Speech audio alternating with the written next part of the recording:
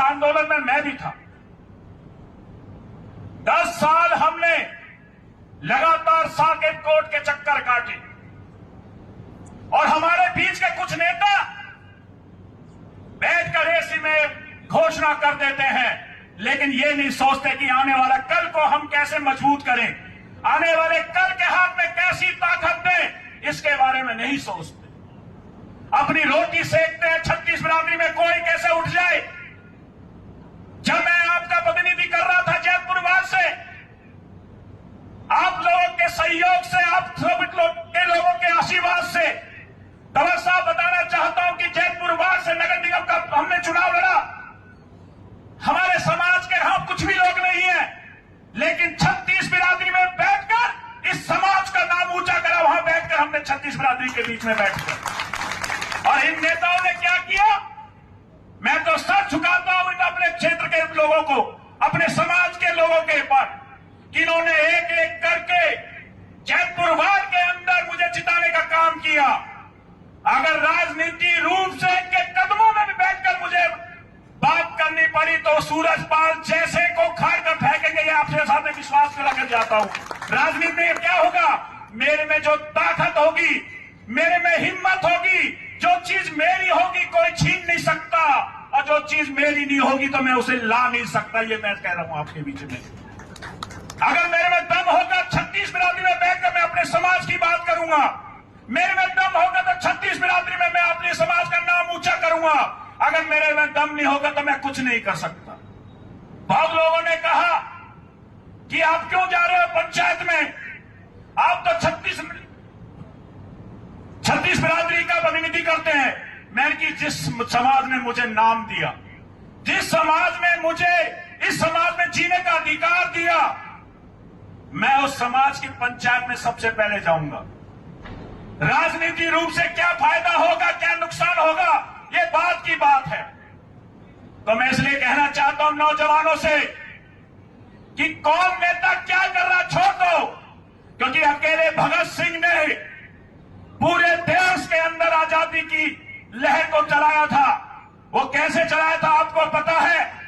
जिस तरह से हम पंचायत कर रहे हैं, उन्होंने भी गली गली जाकर पंचायत करी और असेंबली में जाकर एक बम फेंका, और उस बम के बाद जो क्रांति निकल के आई आप सबने देखा। तो आज इस पंचायत से ऐसा बम फेंको कि आने वाले वक्त के अंदर कोई भी समाज हमका सम्मान करते हैं, लेकिन वो बोलने से पहले हमारे समाज के लिए सर उठा के सोच ले कि क्या बोलना है क्या नहीं बोलना है।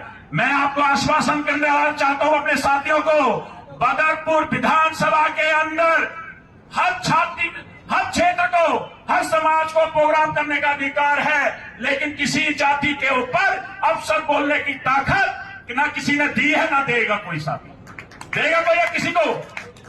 तो इसलिए अब यहां पर सूरजपाल को कैसे सही करा जाए उसकी बात करी जाए। इतिहास सबको पता है, इतिहास मुझे भी पता है, इतिहास आपको भी पता है। गुर्जर समाज आज से नहीं 725 ईस्वी से है। 1857 का अगर चिंगारी किसी ने जलाई तो वो गुर्जर ने जलाई।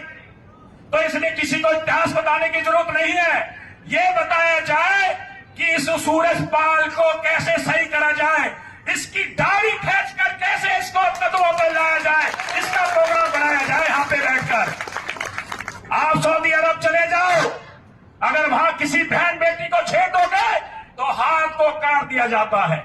ये कानून है वहां पर।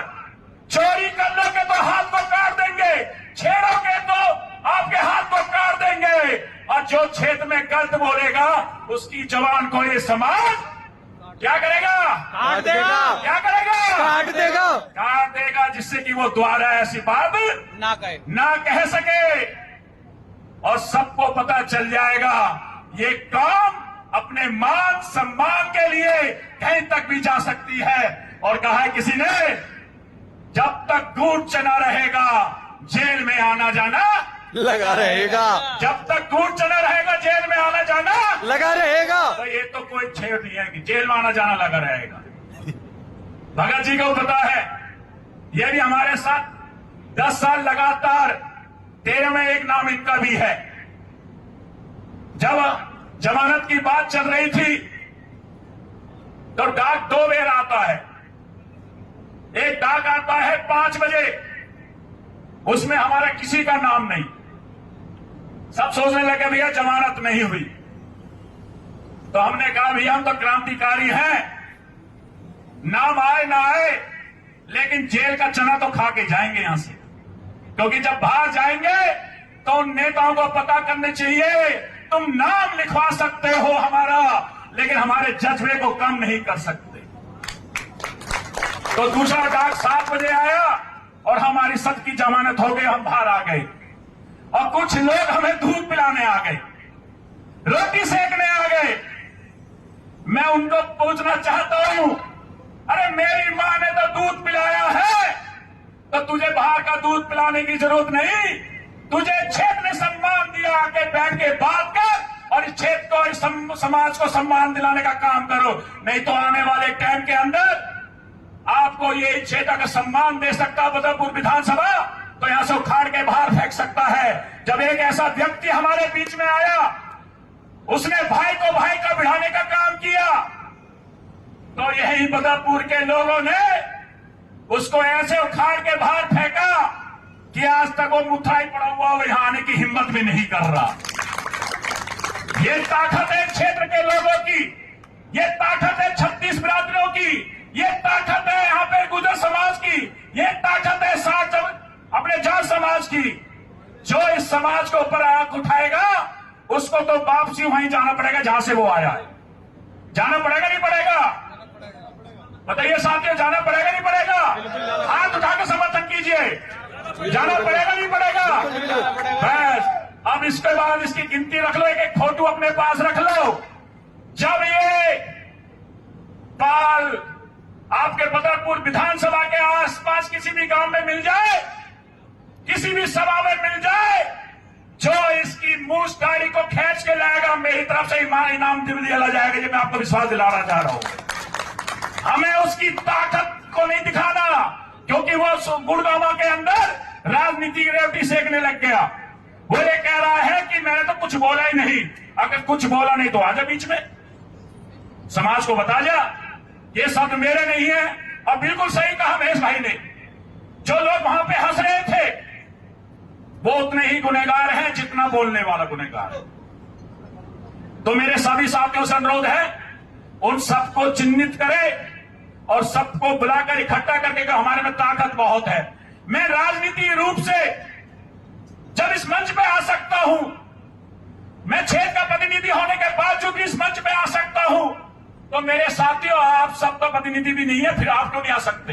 अरे उठा के लाइए और यहां बैठाइए उनको और पूछिए कि समाज को गाली देने का अधिकार आपको किसने दिया? पूछिए कि इस क्षेत्र के अंदर आकर इस समाज को अवसर बोलने की ताकत किसने दी, जिससे कि आने वाले समय पे कोई भी बिरादरी करे प्रोग्राम, हम भी करते हैं। 36 बिरादरी को अधिकार है अपने समाज की बात रखने की, 36 बिरादरी को बात रखने की अपना अधिकार है, अपने पूर्वजों की बताने की बात का अधिकार है, अपने संस्कृति बताने का अधिकार है, अपने समाज को आगे बढ़ाने का अधिकार है।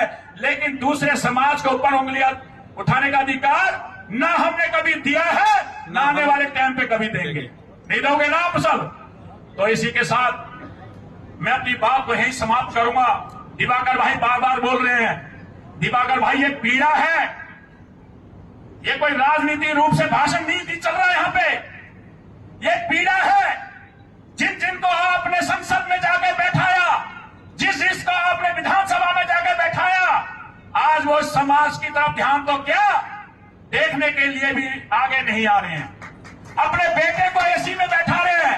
आंदोलन होगा, सूरजपाल को माफी मांगनी पड़ेगी।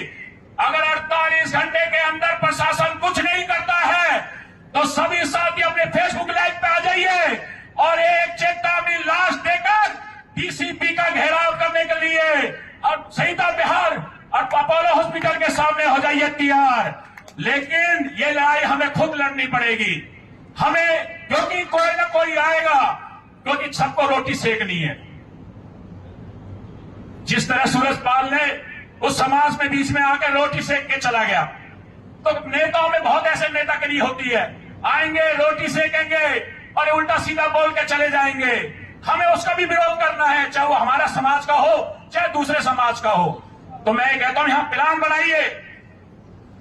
अपने समाज की बात तो हम रोज कर देंगे, अपनी संस्कृति की बात तो रोज करेंगे। यहां प्लान बनाइए कि 48 घंटे के अंदर अगर एफआईआर दर्ज नहीं होती है तो हमें क्या करना है, जिससे एक एक साथी को यह पता रहे कि कल हमें यह काम करना है। सब अपनी छुट्टी कैंसिल कर दें, कहीं घूमना है तो उसको कैंसिल कर दे। ये ना हो कि हमारा समाज यहां बैठा रहे और 2 दिन बाद मैसेज डाल दे कि भाई ये प्रदर्शन है। नहीं, आज ही प्लान बनाइए। प्लान को बनाने का काम आपका और उसमें सड़क पर उतारने का काम हमारा किसका? हमारा। हाथ खड़े करके बताइए। प्लान बनाने का काम हमारे बड़ों का और उसको सड़क पर उतारने का काम किसका? युवाओं का। किसका? युवाओं का। किसका? युवाओं का। बोल बाबा मोहन राम की जय। बाबा मोहन राम की जय। राम राम जी।